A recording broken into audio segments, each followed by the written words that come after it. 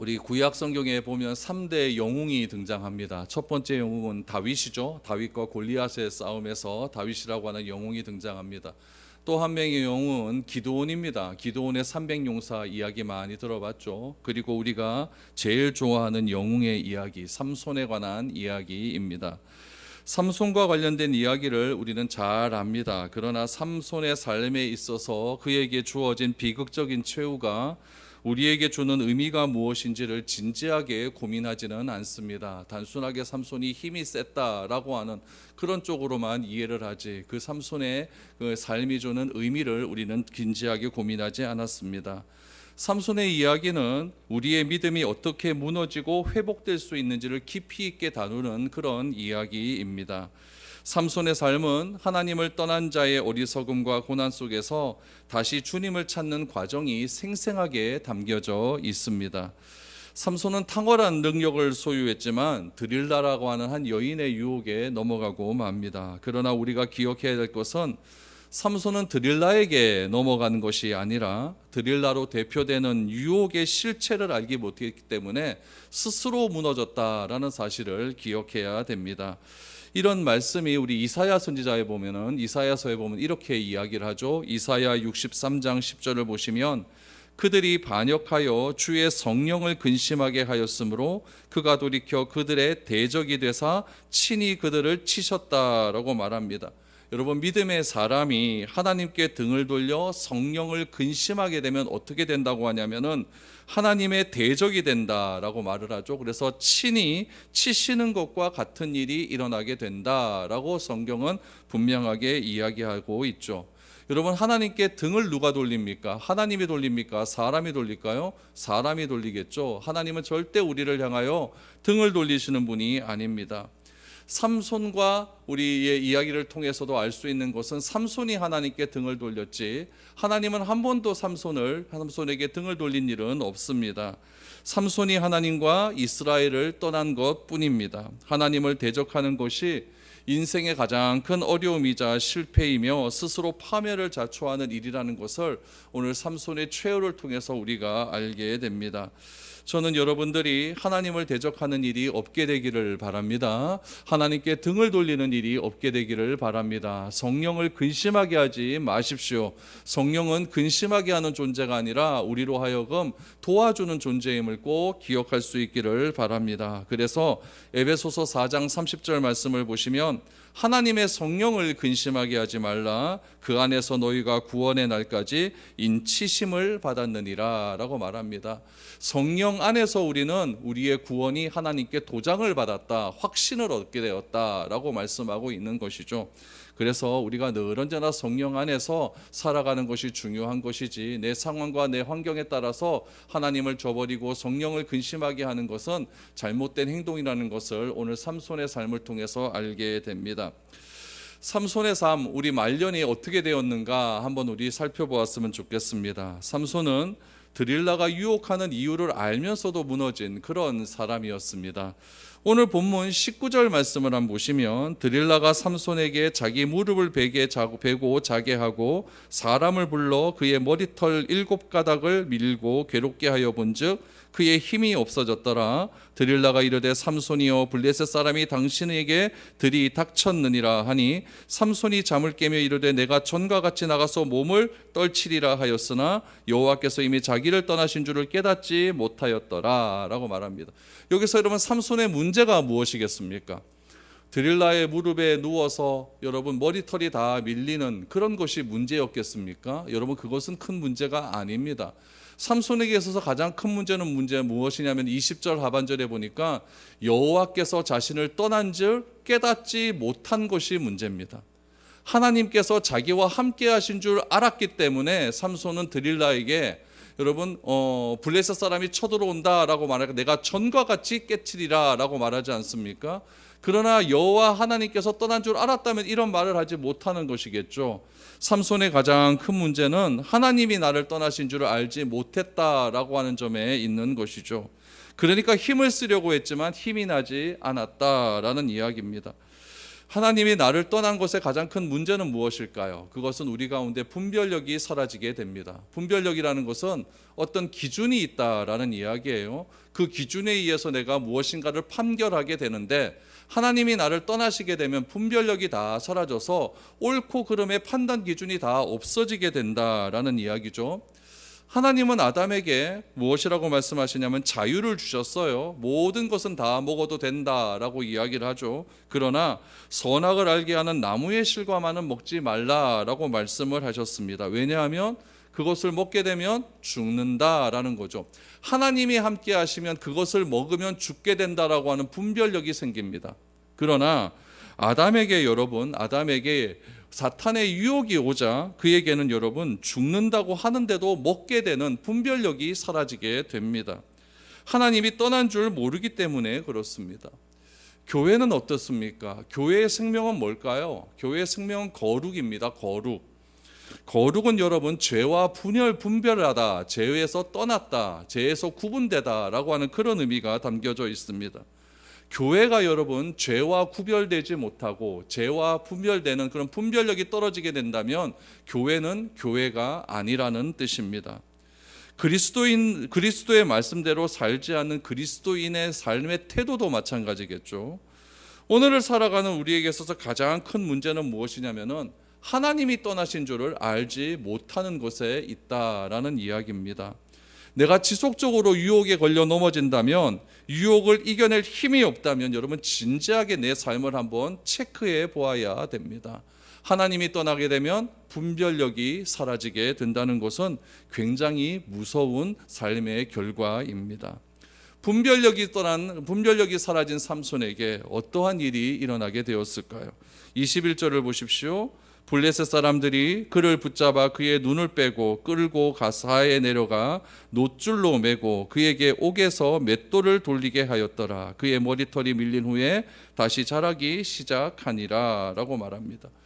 블레셋 사람은 삼손을 잡은 후에 가장 먼저 한 일이 무엇이냐면 그의 눈을 뽑았다라고 성경은 말합니다. 눈을 뽑았다라는 것은요, 앞을 보지 못하게 되었다라는 거죠. 여러분, 앞을 보지 못하게 되면 어떻게 될까요? 내가 원하는 대로 삶을 살지 못하게 됩니다. 삼손이 눈이 뽑히기 전에는 어떠했는가? 자기가 본 그대로 살았습니다. 삼손은 두 눈으로 자기가 보기 좋은 대로, 여러분 성경의 말씀에 의하면 안목의 정욕대로 살아왔음을 알게 됩니다. 그 결과가 어떻게 되었느냐? 눈이 뽑히게 된 겁니다. 여러분, 죄의 결과, 안목의 정욕대로 살아온 그 결과가 눈이 뽑히게 되는 결과가 나타나게 되었다. 얼마나 참혹한 일이겠습니까? 하나님이 우리에게 눈을 왜 주셨을까요? 그냥 단순히 세상을 보라고 주셨을까요? 그것은 아닙니다.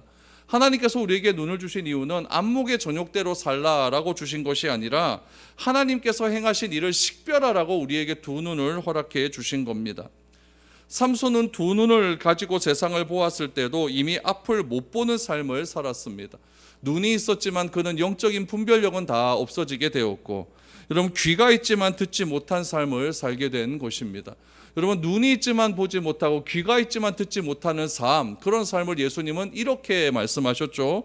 마태복음 5장 29절에 보니까 만일 내 오른 눈이 너로 실족하게 하거든 빼어내버리라. 내 백체 중 하나가 없어지고 온몸이 지옥에 던져지지 않는 것이 유익하며 라고 이야기를 했어요.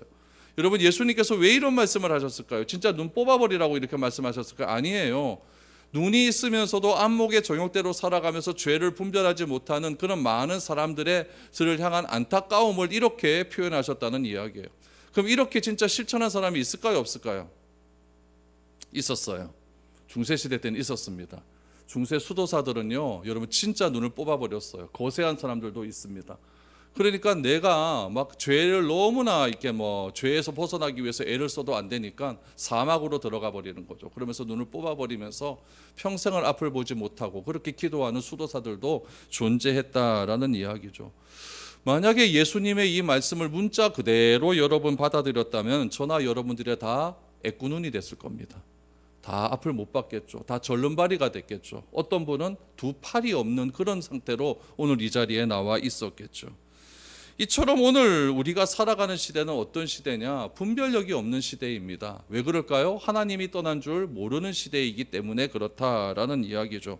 그래서 여러분, 예수님은 마태복음 15장에서 이렇게 말씀하셨어요. 13장 15절 16절 보니까 이 백성들의 마음이 완악하여져서 그 귀는 듣기에는 듣기에 둔하고 눈은 감았으니 이는 눈으로 보고 귀로 듣고 마음으로 깨달아 돌이켜 내게 고침을 받을까 두려워함이라 하였느니라.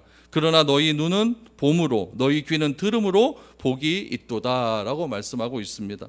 여러분, 15절 말씀을 다시 한번 보세요. 귀는 듣기에 둔하고 눈은 감았으나 눈으로 보고 귀로 듣고 마음으로 깨달아 돌이켜 내게 고침을 받을까 뭐한다? 두려워한다라고 말씀하고 있습니다. 그러니까 눈으로 내가 보고 있지만 내 눈을 가지고 내가 분별력을 가지고 살아가는 것 자체가 싫은 겁니다. 내가 듣고 있지만 그 들은 대로 살기가 싫은 거죠. 여기에 대해서 예수님은 16절에 이렇게 이야기해요. 너희 눈은 봄으로 너희 귀는 들음으로 뭐가 있다고요? 복이 있다라고 말씀하고 있는 것이죠. 그러니까 여러분, 볼 것을 보고 들을 것을 듣는 것이 복이 있는 것입니다. 볼 것을 보지 못하고 들을 것을 듣지 못하는 삶은 복이 있는 삶이 아님을 분명하게 말씀하고 있는 것이죠. 주님께서 무거운 짐은 다 주님께 맡기라라고 했는데 내가 다 짊어지고 가니까 내 삶이 그렇게 힘이 드는 것이고, 주님께서는 볼 것은 보고 들을 것은 들으라고 했는데 보지 말아야 될 것을 자꾸 보고 듣지 말아야 될 것만 자꾸 듣고 있다 보니까 우리의 삶이 이렇게 골치 아파지고 힘들어지는 상황이 연출되는 것입니다. 그런 상황을 여러분, 이사야는 이렇게 이야기를 해요. 이사야 5장 20절에 보니까 볼 것을 보고 들을 것을 듣지 못하는 백성의 상태가 이거예요. 악을 선하다 하며 선을 악하다 하며 흑암을 광명으로 삼으며 광명을 흑암으로 삼으며 쓴 것으로 단 것을 삼으며 단 것으로 쓴 것을 삼는 자들은 화 있을진저라고 이야기를 하고 있죠. 악은 악이고 선은 선이지 왜 악을 선이라고 이야기합니까? 어두운 흑암은 흑암이지 왜 흑암을 가리켜서 광명이라고 그렇게 이야기를 할까요? 쓰면 쓴 것이지 왜 쓴 것을 다르다고 이야기하고 단 것은 쓰다고 이야기할까요? 뭐가 없기 때문에? 분별력이 없기 때문에 그런 거예요. 그러니까 삼손의 삶도 마찬가지죠. 삼손도 눈이 멀쩡히 떠 있었을 때는 분별력이 없는 그런 삶을 살자 하나님께서 눈을 뽑아버리신 것 아니겠습니까? 눈을 뽑아버리게 되니까 아무것도 하지 못하게 되는 거예요. 아무것도 하지 못하게 되는 거죠. 안목의 정욕이 사라지게 되었어요. 안목의 정욕이 사라지는 그때에 우리 사사기는 뭐라고 이야기하냐면은 머리털이 자라나기 시작하였다라고 설명을 하고 있는 것이죠. 삼손은 두 눈을 뽑힌 후에 무엇을 합니까? 맷돌 돌리는 일을 하죠. 이 맷돌을 돌리는 것은요, 유대인 남자들, 그러니까 팔레스타인 남자들은 절대 하지 않는 일입니다. 맷돌은요, 여자만 하는 일이에요. 근데 그것을 남자가 했다라는 것은 수치스러움이 그에게 온 겁니다. 두 눈을 뽑히는 것도 굉장히 수치스러운 건데 죄의 결과가 무엇이냐면 수치스러움이 그에게 찾아오게 된 것이죠. 극심한 수치를 겪게 되는 거예요. 중요한 것은 삼손이 실패했다고 해서 하나님이 실패한 것일까요? 아니에요. 삼손이 실패한 것뿐이지 하나님의 실패한 것은 아닙니다. 하나님이 실패한 것이 아니기 때문에 삼손에게서 머리털이 자라나기 시작한 것입니다. 내가 반복적인 죄를 지으며 살아간다 할지라도 하나님께서 계획하신 구원의 계획은 그대로 지속되고 있습니다. 그래서 오늘 우리가 이 자리에 앉아 있는 것이겠죠. 하나님은 반드시 하나님의 일을 이루어 가시는 그런 분이십니다. 오늘 우리가 살아가는 시대가 아무리 악하다 할지라도 하나님께서는 반드시 악을 징벌하시는 그런 분이십니다. 하나님께서 하나님의 일을 하신다는 증거는 삼손의 머리털이 자라나는 것을 통해서 우리에게 증명하고 있다라는 것을 우리는 성경을 통해서 알게 됩니다. 삼손의 머리털이 자라난다라는 것은 머리털에 힘이 있다는 것이 아니겠죠. 머리털은 하나님께서 함께 하신다는 증거입니다. 삼손의 머리털이 다시 자라난다라는 것은 하나님께서 다시 삼손으로 하여금 소명자로서의 소명을 주시기 시작했다라는 것을 눈으로 보여주는 증거라는 사실입니다. 하나님은 삼손의 머리털을 잘리게도 하셨지만은 다시 자라나게도 하시는 분이라는 것을 우리는 기억해야 됩니다.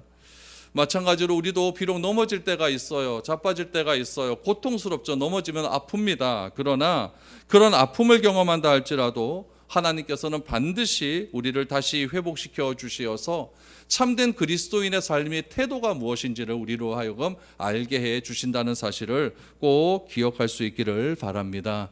여러분, 내가 어려울 때 어떤 생각이 드나요? 어려울 때 내가 왜 이런 어려움을 당했을까? 이런 생각 많이 들지 않습니까? 삼손도 마찬가지예요. 유대인 남자라고 하면은 절대 하지 않는 그 맷돌을 돌리면서 고난의 시간은 삼손이 하나님을 다시 만나고 묵상하는 시간이었다라는 것을 우리는 알게 됩니다. 우리도 이런 어려운 시간을 통하여서 하나님을 깊이 만날 수 있도록 허락하시며 불필요한 것을 하나씩 하나씩 잘라내는 그런 시간이 나에게 주어지는 어려움의 시간이라는 겁니다. 삼손을 가둔 블레셋 사람들은 자신에게 닥친 불행을 전혀 알지 못했습니다. 이스라엘이 경험한 가장 어려운 순간은요, 바벨론으로 끌려갔던 70년의 시간이었을 거예요. 그 70년의 시간 동안에 이스라엘 백성들은 무엇을 기억하였냐면은 예루살렘에서 예배드리는 때를 기억하면서 참으로 예배드리는 때가 좋았다라고 하는 그런 기억 속에서 70년의 시간을 보내게 됩니다. 요나는 어떻습니까? 요나는 하나님의 명령을 거부하고 다른 곳으로 가다가 큰 물고기 뱃속으로 들어가지 않습니까? 그 뱃속에서 지냈던 3일간의 시간은 다시 하나님을 만나고 하나님을 회복할 수 있는 그런 시간이었다는 이야기죠. 삼손도 마찬가지입니다. 삼손에게 있어서 머리털이 다 잘리고 두 눈이 뽑히고 많은 사람들에게 수치를 당하는 그런 시간은 다시 한번 하나님을 만나고 하나님을 회복하고 하나님이 어떤 분이신지를 기억하는 그런 시간이었다는 이야기죠. 그래서 하나님과 믿음을 회복하는 시간이 바로 삼손에게 있어서 두 눈이 뽑히고 맷돌을 돌리는 그런 시간이었다라는 것을 알게 됩니다. 그 이후에 수치스러움이 계속해서 삼손에게 임하게 됩니다. 여러분, 죄의 결과로 인하여서 내가 수치를 당하게 되면 어떤 일이 일어나게 되면은 주변의 사람들이 나를 비웃는 일들이 일어나게 돼요. 수치스러움이 그런 거죠, 그렇죠? 남들이 나를 향하여 손가락질하고 비웃는 그런 일들이 가장 힘든 일 아니겠습니까? 삼손에게 있어서 그 수치스러움은 바로 그런 일이었어요. 하나님의 음성이 들리는 것이 아니라 많은 블레셋 이방 사람들의 비웃음과 조롱의 소리가 삼손 귀에 들리고 있다라는 것입니다. 그것을 이렇게 이야기를 해요. 오늘 본문 23절 이하를 보십시오. 블레셋 사람의 방백들이 이르되 우리의 신이 우리 원수 삼손을 우리 손에 넘겨주었다 하고 다 모여 그들의 신 다곤에게 큰 제사를 드리고 즐거워하고 백성들도 삼손을 보았으므로 이르되 우리의 땅을 망쳐놓고 우리의 많은 사람을 죽인 원수를 우리의 신이 우리 손에 넘겨주었다 하고 자기들의 신을 찬양하며 그들의 마음에 즐거울 때에 이르되 삼손을 불러다가 우리를 위하여 제주를 부리게 하자 하고 옥에서 삼손을 불러내어 삼손이 그들을 위하여 제주를 부리니라. 그들이 삼손을 두 기둥 사이에 세웠다라고 이야기를 해요. 이런 블레셋에게 있어서 삼손은 원수였습니다. 원수였죠. 블레셋 입장에서 보면 삼손은 원수였어요. 그렇기 때문에 여러분, 블레셋 사람들은 23절에 보니까 우리의 신이 우리 원수 삼손을 우리 손에 넘겨주었다라고 이야기를 해요. 블레셋이라고 하는 나라는요, 이스라엘로 중심으로 보면은 서남 쪽에 있습니다. 지중해 연안에, 지중해 남쪽 연안에 있어요. 블레셋이라고 하는 나라는 왕은요 한 명이 있는 게 아니에요. 블레셋이라고 하는 나라는 5개의 도시 국가로 연합된 나라거든요.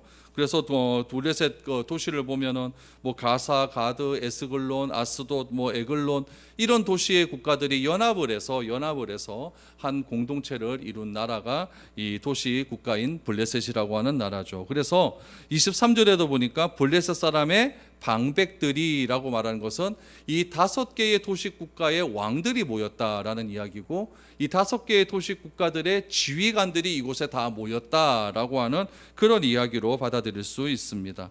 이들이 무엇이라고 이야기를 합니까? 삼손을 자기들이 섬기는 신 다곤 신이 선물로 주었다라고 이야기를 해요. 고대의 전쟁은 사람과 사람과 국가와 국가와의 전쟁이 아닙니다. 각 국가가 믿고 있는 신들의 전쟁이에요. 그래서 전쟁에서 승리하면 승리한 신에게 패전국에서 가지고 오는 가장 큰 전리품을 내가 믿는 신에게 바치는 제사를 드리게 됩니다. 오늘 본문 말씀에도 보니까 그러한 일들이 일어나게 되죠. 블레셋 사람이 삼손을 잡았어요. 삼손을 잡아서 삼손과 싸워 이기지 않습니까? 그럼 블레셋이 섬기는 다곤신이 승리했다라고 이야기하는 거죠. 그럼 패전국인 이스라엘에서 가장 좋은 전리품을 가지고 와서 다곤신에게 드려야 되는데 가장 좋은 전리품이 누구였습니까? 삼손이었다는 이야기예요. 그래서 삼손을 가리켜서 원수라고 이야기를 하는 것이죠. 큰 재물도 아니었습니다. 금은 보화도 아니었어요. 삼손을 잡아다가 그렇게 전리품으로 그렇게 자신의 신들에게 준 것이죠. 그래서 삼손을 제물로 블레셋의 다곤신에게 제사를 드리게 되는 거예요. 그럼 팔레스타인 땅, 지금 팔레스타인 엉망이죠, 그렇죠? 그 팔레스타인 땅에서 가장 최고로 섬기는 신의 이름이 뭐냐면 엘입니다. 엘. 그러니까 우리 하나님도 히브리어로 엘이라고 하잖아요. 근데 그 땅의 이름은 또 엘이에요. 엘인데 그 엘 신의 아들이 누구냐면 바알이에요. 바알과 또 형제와 같은 신이 누구냐면 다곤입니다. 근데 이 바알 신과 다곤 신은요, 무엇의 신이냐면은 농사의 신이고 전쟁의 신이에요. 농사는 뭐죠? 내가 먹고 사는 일에 있어서 나를 주관해 주는 신이에요. 그러니까 경제를 다 잘 해주는 그런 신이고, 여러분 전쟁의 뜻하는 것은 내 생명과 관련이 되어 있는 거예요. 그러니까 이 바알과 다곤 신이 농사와 전쟁의 신이라고 한다면 내가 먹고 사는 문제와 내 생명이 누구의 손에 있다? 이 바알과 다곤 신에게 있다라고 하는 믿음의 고백이 거기서 나오는 겁니다. 지금 얘네들이 다곤 신에게 자신에게 가지고 온 패전국의 가장 좋은 재물을 다곤 신에게 드린다라고 하는 것은 우리를 승리계로 이끌게 하신 분이 다곤 신이고, 이 다곤 신을 통하여서 내가 먹고 사는데 풍요로운 삶을 살 수 있게 되었다라는 것을 바라는 마음으로 삼손을 지금 제물로 바치는 것이다라는 것을 알게 되는 것이죠. 근데 여러분 사사기를 읽다 보면은 참 신기한 것이 무엇이냐면은 삼손이요 13장부터 나와요. 사사기 13장부터 삼손의 이야기가 나오고 16장에 가서 끝나거든요. 그러니까 13, 14, 15, 16 4장이나 나오잖아요. 4장을 여러분 가만히 읽어보시면요, 이스라엘이 블레셋에게 몇 년 동안 억압을 당하냐면은 40년 동안 지배와 압제를 당합니다. 그런데 이스라엘이 저항을 했다라는 기록은 한 군데도 나와 있지 않습니다. 참 신기하죠? 이것은 이스라엘이요 이미 블레셋에게 길들여져 있었다라는 이야기예요. 그러니까 블레셋에 완전히 문화적으로, 정신적으로, 종교적으로 다 속박당해 있으니까 자기가 블레셋이라고 하는 나라에 들어가서 억압을 당해도 이것이 불편한 줄 알지 못하는 것이죠. 우리나라는 일제강점기 때 얼마나 많은 저항을 했습니까? 그런데 이 사람들은요 블레셋에게 저항을 하지 않아요. 하나님께 부르짖어 기도하지도 않고 모든 것을 포기한 사람처럼 그렇게 살아가고 있는 거예요. 심지어는요 이스라엘 사람들이 고통 가운데 있는 것을 하나님께서 보시고 사사 삼손을 보내주지 않습니까? 삼손이요 블레셋 사람들을 많이 죽였어요. 그래서 블레셋 사람들을 쳐 죽이고 도망갔을 때도 있었거든요. 그때 이스라엘 사람들은 삼손을 잡아서 블레셋 사람들에게 넘겨주기까지 합니다. 너무 웃기지 않습니까? 삼손이 어려움을 당했을 때 아무런 도움을 주지 않았던 민족이 이스라엘 민족이었다는 이야기예요. 삼손은 하나님께서 이스라엘을 위해서 보내주신 구원자였던 사사였습니다. 아무도 블레셋에게 저항하지 않았던 시대에 유일하게 저항했던 인물은 누구? 삼손밖에 없었다는 이야기죠. 그러니까 삼손은 불의에 저항했던 사람이었고, 하나님을 믿는 사람으로서 이방신을 섬기는데 그것이 잘못되었다고 유일하게 외치는 자의 소리가 누구였냐면은 이 삼손이었다는 이야기죠. 그래서 블레셋 사람들은요 이스라엘 사람들은 신경도 쓰지 않는 거예요. 누구만 신경 쓰면 돼요? 삼손만 잡아 죽이면 되는 거죠. 그러니까 여러분 블레셋 사람들이 삼손을 잡아 죽이는 그곳에 사람들이 많이 모여 있고, 그 모인 곳에 이스라엘의 저항군이 와서 여러분 그것을 치기라도 한다면 그 자기들이 패전할 수밖에 없는 그런 상황임에도 불구하고 즐거워하며 떠들고 난리법석이 치는 이유가 무엇이냐면은 이스라엘 사람들이 블레셋 사람들에게 완전히 지배를 당하고 저항할 줄 모르는 그런 민족이었기 때문에 그렇다라는 이야기죠. 그럼에도 불구하고 누구만 저항했다? 삼손만 저항했다는 이야기입니다. 그래서 삼손을 다곤 신전에 세우는 거죠. 세워서 뭐라고 이야기합니까? 그의 재주를 보자라고 해요. 재주를 보자. 조롱하죠. 삼손이 말할 수 없는 수치와 수모를 경험하게 됩니다.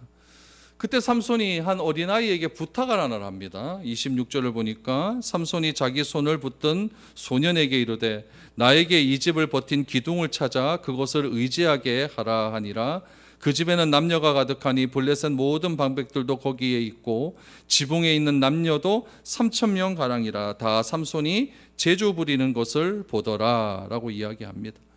머리가 자라기 시작을 했어요. 삼손이 어린아이에게 삼손의 두 팔을 신전의 가장 중요한 두 기둥 사이에 데려다 달라라고 부탁을 합니다. 신전에 몇 명이 있었냐면 3,000명 가량이 있었다라고 말합니다. 여러분, 삼손이 그때 하나님께 부르짖어 기도합니다. 이 삼손의 기도는요, 굉장히 중요한 기도예요. 우리가 오후 예배 시간에 우리 팔복에 대한 이야기를 하면서 심령이 가난한 자는 복이 있다라고 말하지 않습니까? 그 심령이 가난한 기도를 오늘 우리는 삼손에게서 발견할 수가 있는 겁니다. 삼손이 어떻게 기도합니까? 삼손이 여호와께 부르짖어 이르되 주 여호와여 구하옵나니 나를 생각하옵소서. 하나님이여 구하옵나니 이번만 나를 강하게 하사 나의 두 눈을 뺀 블레셋 사람에게 원수를 단번에 갚게 하옵소서 하고 삼손이 집을 버틴 두 기둥 가운데 하나는 왼손으로 하나는 오른손으로 껴 의지하고 삼손이 이르되 블레셋 사람과 함께 죽기를 원하노라 하고 힘을 다하여 몸을 굽히매 그 집이 곧 무너져 그 안에 있는 모든 방백들과 온 백성에게 덮이니 삼손이 죽을 때에 죽인 자가 살았을 때에 죽인 자보다 더욱 많았더라 라고 이야기를 합니다. 여러분, 여기서 이 상황을 한번 잘 생각해 보셔야 돼요. 삼손에게 들리는 소리가 있었습니다. 누가 지르는 소리? 블레셋 사람들이 들리는 소리겠죠. 어떤 소리겠습니까? 수치하고 조롱하는 그런 소리가 있었죠. 그 소리를 들은 삼손이 어떤 소리를 지릅니까? 여호와 하나님께 부르짖어 기도합니다. 그러니까 삼손에게 있어서 두 가지의 소리가 지금 교차하고 있는 장면이에요. 하나는 자기를 조롱하는 소리, 그 조롱하는 소리 가운데 자기는 하나님께 부르짖어 기도하는 소리입니다. 그 소리가 어떤 소리였느냐? 하나님, 한 번만 생각해 주십시오. 얼마나 가난한 심령의 기도입니까? 하나님, 한 번만 나를 생각해 주십시오. 그리고 또 부르짖어 기도합니다. 하나님, 한 번만 나를 강하게 해 주십시오라고 간절히 기도합니다.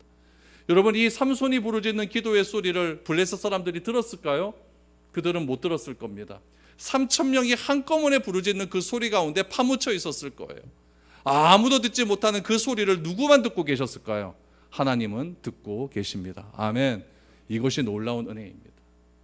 세상에 아무리 답답한 소리가 있다 할지라도, 세상에 나를 향한 비방과 나를 향한 멸시와 많은 어려움의 소리가 있다 할지라도, 내가 진짜 가난한 마음으로 하나님께 간절히 기도할 때에 하나님께서는 그 소리를 들으시고 응답해 주시는 분이라는 것입니다. 하나님이여 나를 생각하여 주시옵소서. 하나님, 단 한 번만 나를 더 강하게 하여 주시옵소서.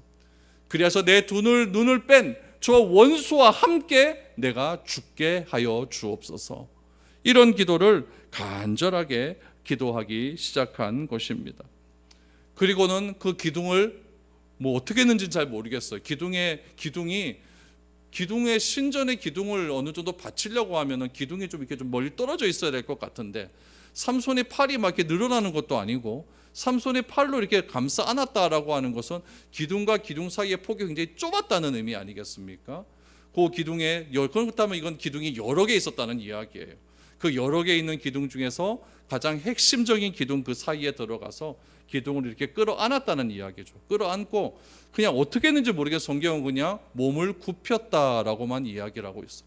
굽히니까 이렇게 떨어지겠죠, 그럼요. 그러면서 기둥이 무너졌는데 3,000명이 죽었다라고 이야기를 하고 있습니다. 여러분, 여기서 중요한 것은, 저는 주일학교 때 이 삼손에 대한 이야기를 설교를 들으면서 무엇을 강조를 많이 한 것을 들었냐면은 3,000명이나 삼손이 죽였어요. 여기에 집중을 많이 했습니다.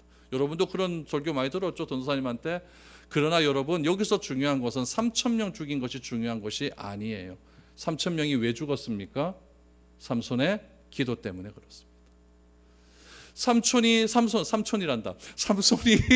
가난한 마음으로 드리는 하나님 한 번만 나를 생각하옵소서. 하나님 한 번만 나를 더 강하게 하여 주옵소서. 수많은 이 조롱의 소리 속에서 하나님께서는 그 소리를 들으시고 삼손에게 더 강한 힘을 더해 주신 겁니다. 여러분, 이 이야기를 전도서에 보면 이렇게 이야기해요. 전도서 7장 6절을 보세요. 우매한 자들의 웃음소리는 솔 밑에서 가시나무가 타는 소리 같으니 이것도 헛되니라 라고 이야기합니다. 우매한 자 누구죠? 어리석은 자죠. 어리석은 자들이 웃음소리는요, 솔밑 소나무 밑에서 가시나무가 타는 소리다라고 이야기를 해요. 다 헛된 거라는 이야기죠. 그러니까 여러분, 가시나무는요 중동지방에서 가장 빨리 타가 없어지는 그런 나무거든요. 우리도 보면은 가시나무 태워보면 금방 타 없어지잖아요. 근데 이것을 비유해서 악인들의 웃음소리 또한 헛되게 사라지고 만다라고 이야기를 하는 것이죠. 모세가 보았던 떨기나무가 가시나무거든요. 근데 그 떨기나무의 불꽃은 금방 꺼졌습니까? 안 꺼졌습니까? 안 꺼지죠. 왜요? 하나님이 그 가운데 계시니까 안 꺼지는 겁니다. 그러니까 하나님은 자연의 물리적인 법칙을 초월하시는 그런 분이라는 이야기죠. 삼손은 우매한 자들이 외치는 조롱과 멸시의 소리에 하나님 나를 생각하사 이번 한 번만 강하게 해달라고 간절히 부르짖어 기도한 것입니다. 저는 이 삼손의 이 간절한 기도 속에서 누구의 기도가 생각나냐면은 에스더가 생각이 났습니다. 우리 에스더 4장 16절을 보세요. 당신은 가서 수산에 있는 유다인을 다 모으고 나를 위하여 금식하되 밤낮 3일을 먹지도 말고 마시지도 마소서. 나도 나의 시녀와 더불어 이렇게 금식한 후에 규례를 어기고 왕에게 나아가리니 죽으면 죽으리이다 라고 이렇게 부탁을 하는 장면. 그러니까 삼손도 하나님께 내가 죽겠습니다 라고 하는 기도 아닙니까? 에스더도 자기 삼촌 모르드게에게 가서 나를 위하여 기도해 주십시오. 나도 금식하고 왕에게 나아갈 때에 죽으면 죽으리이다 라고 하는 그런 각오를 가지고 왕께 나가겠습니다 라는 기도를 했습니다. 신약에서도 이렇게 자기 목숨을 걸 기도한 사람이 있을까요? 없을까요? 있어요. 여러분, 사도 바울의 기도를 보세요. 사도 바울은 로마서 14장 8절에서 이렇게 기도합니다. 우리가 살아도 주를 위하여 살고 죽어도 주를 위하여 죽노니 그러므로 사나 죽으나 우리가 다 주의 것이로다 라고 말합니다. 여러분, 이것이 우리 믿음의 절정입니다. 우리 믿음의 절정은 무엇이나 내가 살아도 주를 위하여 사는 것이고 죽어도 주를 위하여 사는 것이 우리 믿음의 절정이라고 한다면 하나님은 어떻게 해서든지 우리를 이 수준까지 끌고 가시는 분입니다. 여기에 끌고 갈 때 내가 자꾸 대항한다고 한다면 나도 어쩌면 삼손처럼 분별력이 사라질 그럴 때도 있을 수 있습니다. 그래서 고통 가운데 있을 수도 있겠죠. 그러나 하나님께서는 삼손의 머리를 다시 자라나게 하신 것처럼 우리의 믿음을 다시 회복시키고 자라나게 하셔서 우리를 이 수준까지 끌고 가시게 할 줄 믿습니다. 삼손도 결국에는 이 수준까지 끌고 가는 것 아니겠습니까? 한 번만 나를 생각하사 한 번만 나에게 힘을 더하여 주옵소서. 내 두 눈을 뺀 저 원수들과 내가 함께 죽겠나이다 라고 이렇게 기도를 하는 것이죠. 하나님은 약한 자들을 자기의 웃음과 조롱으로 비웃는 그 비웃는 상황을 내버려 두시지 않으시고 거기에 대한 대가를 반드시 치르게 하시었다는 이야기입니다. 하나님께서 우리를 이끌어 가실 때 우리도 그렇게 기도해야 됩니다. 하나님, 한 번만 나를 더 생각해 주십시오. 한 번만 나에게 더 힘을 달라고 기도해야 됩니다. 이번 한 번만 하나님께서 해결해 주신다고 한다면 이 상황을 내가 이겨낼 수 있사오니 하나님, 내가 살아도 주를 위해 살고 죽어도 주를 위해 죽는다고 하는 그런 믿음으로 내가 나아가게 하여 주옵소서라고 간절히 기도하는 것이죠. 그래서 한 번만 힘을 달라고 기도할 때까지 하나님은 반드시 나를 그렇게 끌고 가실 것입니다. 그 끌고 가는 과정이 여러분 죽음에 이를 때 그때까지 여러분 하나님의 끌고 가심을 여러분 순종하고 나가지 마십시오. 저는요, 죽기 전에 그 일이 좀 이루어졌으면 좋겠습니다.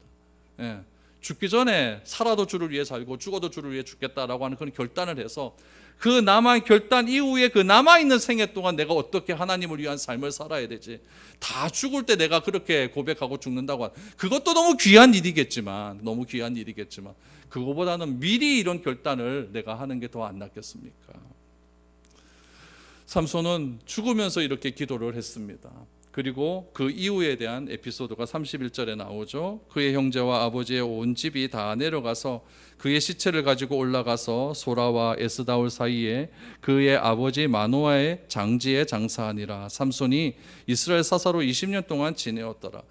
그 성벽이 그 신전이 다 무너졌는데 삼손을 시체를 어떻게 찾았을까 이런 생각도 들더라고요. 그 중장비도 없었을 텐데 그렇죠? 근데 아무튼 찾았대요. 찾아갖고 장사를 지냈다라고 이야기를 합니다. 여러분 삼손이 마지막 기도 때 이렇게 기도를 해요. 내 두 눈을 뽑아버린 나의 원수와 함께 죽게 하옵소서라고 하지 않습니까? 그렇다면은 이 삼손이 마지막 한 이 기도의 내용이 자기의 원수를 갚기 위한 기도의 내용이었을까요? 그렇게 생각하면 조금 좀 낮게 보는 거겠죠. 삼손이 한 이 기도의 내용은요, 자신이 수치와 모욕을 당하기 때문에 일어난 개인적인 복수극이 아닙니다. 블레셋은요, 삼손의 대적이었어요.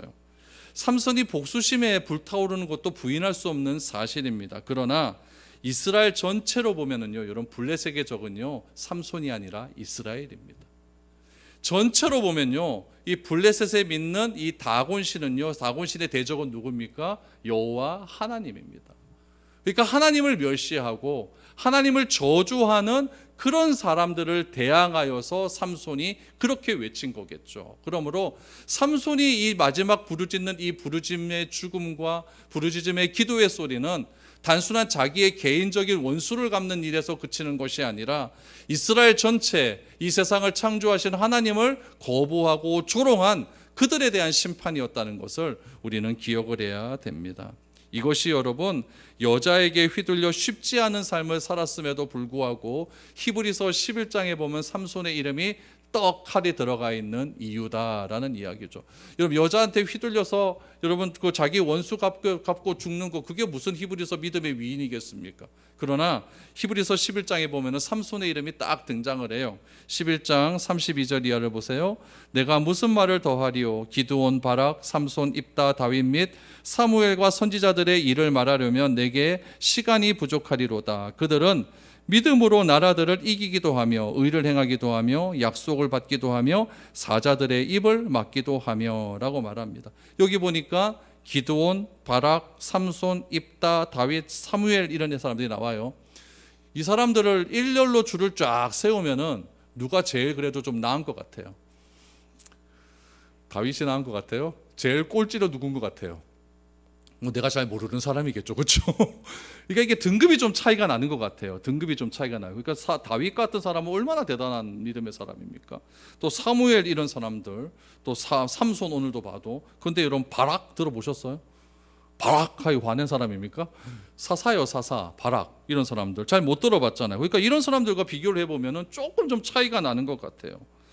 그러나 여러분 중요한 것은 무엇이냐면은 이런 한 사람 한 사람마저도 하나님께서 우리 눈의 시선으로 보기에는 조금 차이가 나는 것 같다 할지라도 하나님의 시선으로 보았을 때 이런 사람들이 끝까지 하나님께 끌려갔던 사람이었다는 이야기죠.